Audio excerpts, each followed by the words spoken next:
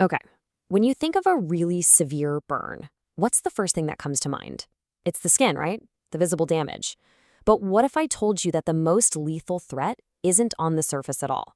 It's actually a war raging deep inside the body. So today, let's uncover that hidden battlefield. So here's the big question we've got to tackle if we want to understand how doctors save the lives of the most critical burn patients. And I promise you, the answer, it's probably not what you're expecting. That's right, the gut. Now, I know what you're thinking. That sounds completely disconnected from a skin injury. But the research here is absolutely clear. What happens inside our gastrointestinal tract can literally mean the difference between life and death.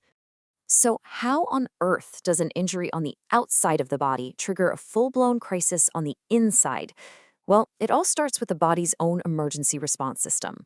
You see, a major burn throws the entire body into a state of shock, and your body, it goes into total survival mode. It's got to protect the most vital organs, right? The heart, the brain, so it starts rerouting blood away from what it considers less critical areas. And one of the very first places to lose its blood supply is the gut.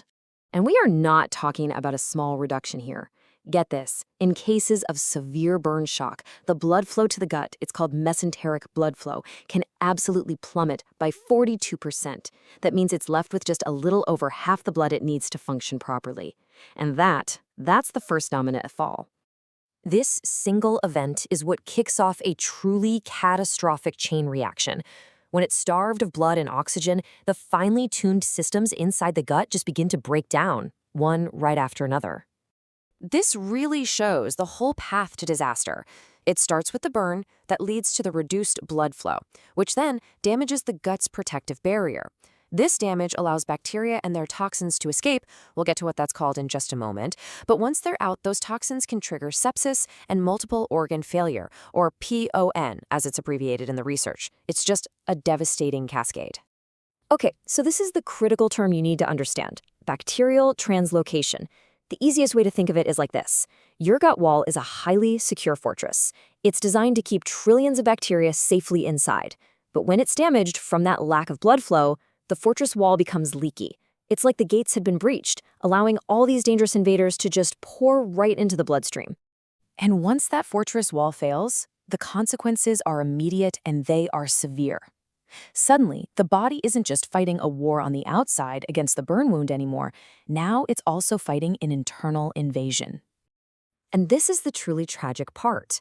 The gut, which is normally a source of nourishment, actually turns into a source of internal poisoning. This leads directly to the worst-case scenarios: massive infections like sepsis, the failure of vital organs like the kidneys and liver, and ultimately multiple organ failure and death. But doctors are not helpless in this fight.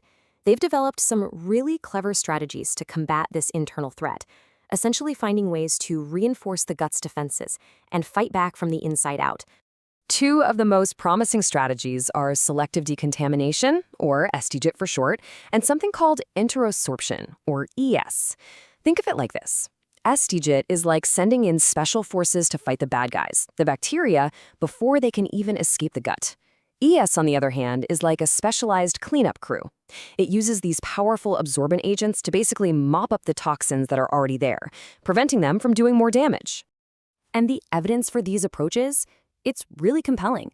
Studies show that selective decontamination significantly reduces mortality in critically ill patients.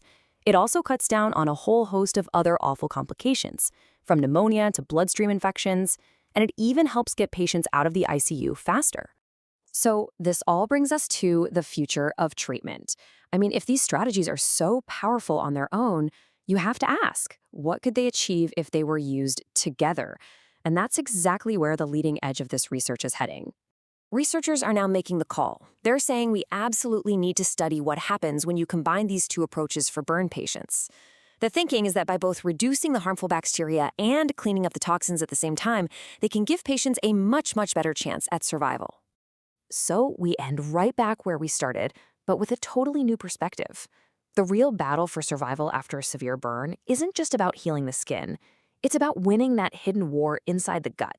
And maybe, just maybe, launching a coordinated two-front attack is the key to victory.